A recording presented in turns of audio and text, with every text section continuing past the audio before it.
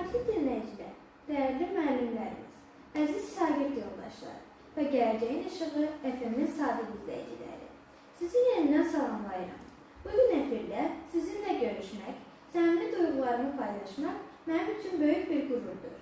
Mən məktəbimizin 7B sinif şagirdi Əlizadə Zeynəb. Bugünkü buraxılışımızda sizə təkcə bir tarixi hadisədən yox, həm də cəmiyyətimizin gələcəyinə yön verən, həyatımızın hər sayəsində görünməz, lakin mühüm rol oynayan bir anlayışdan danışacağam.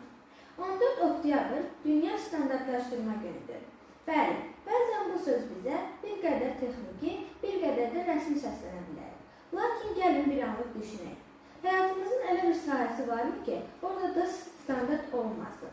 Qida məhsullarından tutmuş geyim mövzulərinə, dərs kitablarından tutmuş inşa etdiyimiz evlərə, yollarımıza, hətta danışıq tərzimizə qədər hər yerdə müəyyən qaydalar, ölçülər, meyarlar mövcuddur. Və bu meyarların qorunması tərəqqinin, keyfiyyətin və etibarlığın əsas şərtidir. Standart sadəcə qayda və ya ölçü deyil. Standart keyfiyyətin, sabitliyin, etibarlığın simvoludur. O, insan əməyinin, texnologiyanın və elmin bir nöqtədə birləşdiyi məqamdır. Bugün biz standart dedikdə beynəlxalq miqyasda qəbul edilmiş vahid normaları, təhlükəsizlik prinsiplərini, ekoloji sabitliyi və davamlı inkişaf ideyalarını nəzərdə tuturuq. Standartlaşdırma bəşəriyyətin intellektual bir razılaşmasıdır. Yəni, dünyanın dörd bir tərəfində yaşayan insanlar bir-birini anlamasalar da məhsullar və xidmətlər vahid ölçüyə uyğun gəlir. Bir düşünün, əgər bu vahid sistem olmasaydı, biz bu qədər əlaqəli, bu qədər rahat və təhlükəsiz bir mühitdə yaşaya bilərdikmi? Məsələn, əgər telefon şarj cihazlarının, lampaların, dərmanların və ya dərs kitablarının istehsalında standartlar olmasaydı, hər biri fərqli ölçüdə, fərqli tərkibdə, fərqli təhlükəsiz səviyyəsində olardı. Nəticədə isə xaos yaranardı. Bu səbəbdən də standartlaşdırma sivilizasiyanın səssiz dayağıdır.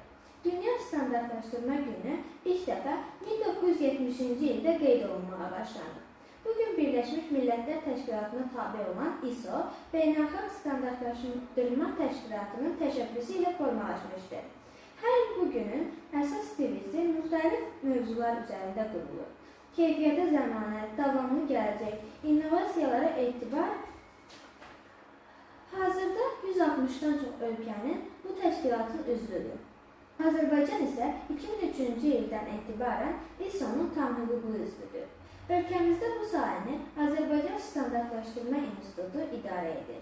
İnstitutun əsas məqsədi milli məhsulların beynəlxalq bazarlarda tanınması, ixrac potensialının artırılması və istehsalçı ilə istehlakçı arasında etimadın formalaşmasıdır.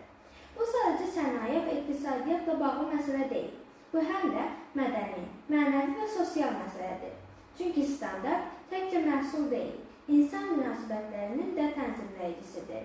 Bəzən bir fərqinə varmadan standartların içində yaşayırıq. Dərsə gələndə geyindiyimiz məktəb forması, sinifdə işıqların parlaqlığı, hətta sinifdə oturduğumuz stulların hündürlüyü belə müəyyən standartlara uyğun istehsal olunur. Yəni, standartlaşdırma həyatın görünməz nizamıdır.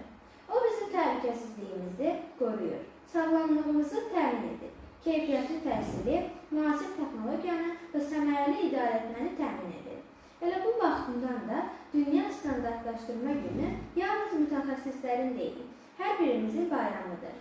Bugünkü məktəblilər sabahın mühəndisləri, müəllimləri, həkimləri, alimləridir. Biz bugün öyrəndiklərimizlə sabahın keyfiyyətli sistemini formalaşdıracağıq. Məktəblərdə tədris olunan fənlərin məzmunu, qiymətləndirmə meyarları, dərs planları, bunların hamısı da müəyyən standartlara əsaslanır.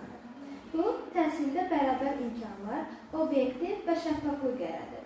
Təsəvvür edin, əgər qiymətləndirmə meyarları olmasaydı, hər kəs fərqli ölçülərdə qiymətləndirilərdi və nəticədə ədalət prinsipi pozulardı. Deməli, standart həm də ədalətin ölçüsüdür. Azərbaycan təhsilində son illər tətbiq olunan kurikulum sistemi də məhz beynəlxalq tədris standartlarına uyğunlaşdırılır. Bugün gənc nəsil dünya ilə ayaqlaşması, müasir texnologiyaların mənimsəməsi və rəqabətə davamlı mühitdə özünü təsdiqləməsi üçün vacibdir. Elm və texnologiya sahəsində inkişaf, innovativ ideyalar standartlaşdırmanın təməlinə dayanır. Məsələn, ağıllı şəhər layihələri, süni intellekt, ekoloji enerjilər, yaşıl texnologiyalar, bunların hamısı beynəlxalq standartlara əsaslanır. Bu standartlar olmadan bu texnologiyalar bir-biri ilə uyğun işləyə bilməzdi. Bir mühəndis düşünür. Nə üçün mənim dizayn etdiyim cihaz hər ölkədə işləməlidir? Cavab sadədir. Çünki standart var və bu standart həm istehsalçını, həm də istifadəçini qoruyur. Bu mənada standartlaşdırma həm texnologiyanın, həm də humanizmin körpüsüdür. Azərbaycan Respublikasında son illər ərzində bu sahədə mühüm istiqlallar həyata keçirilir. 2021-ci ildə etibarən bu qəbul edilən yeni texniki tənzimlənmə haqqında qanun beynəlxalq tələbləri uyğunlaşdırılır. AZS tərəfindən 14 mindən çox milli standart təsdiq edilir. Onların 60%-dən çoxu beynəlxalq ISO və IS standartlarına uyğunlaşdırılır. Bu, Azərbaycan məhsullarının dünya bazarına tanınması, Modern Azərbaycan brendinin nüfuzunun yüksəlməsi üçün böyük nailiyyətdir. Standart bu loqonun arxasında keyfiyyətin, zəhmətin, vicdanın simvoludur. Əziz dinləyicilər, dünya dəyişir, zaman irəliləyir, amma hər dəyişimin mərkəzində sabit bir dəyər dayanır. Keyfiyyətə və etibara sabitlik. Bu dəyəri qorumaq hər birimizin vəzifəsidir. Biz hər bir işimizi vicdanla, qaydalara uyğun, məsuliyyətlə yerinə yetirdikcə cəmiyyətimiz daha güclü, dövlətimiz daha dayanıqlı olacaq. Unutmayaq, standart sadəcə ölçü deyil, düşüncə tərzidir. Bu düşüncə tərzi bizi nizamla, sistemli və məqsədyönlü olmağa sövq edir. Gəlin, hər bir işimizdə, dərsimizdə, münasibətlərimizdə, davranışlarımızda da bir insan standart formalaşdırır.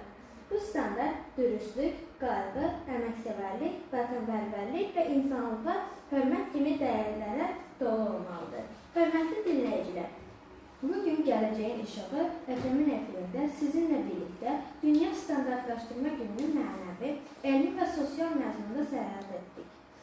Bir daha əmin olduq ki, standart həyatın görünməz dayağıdır.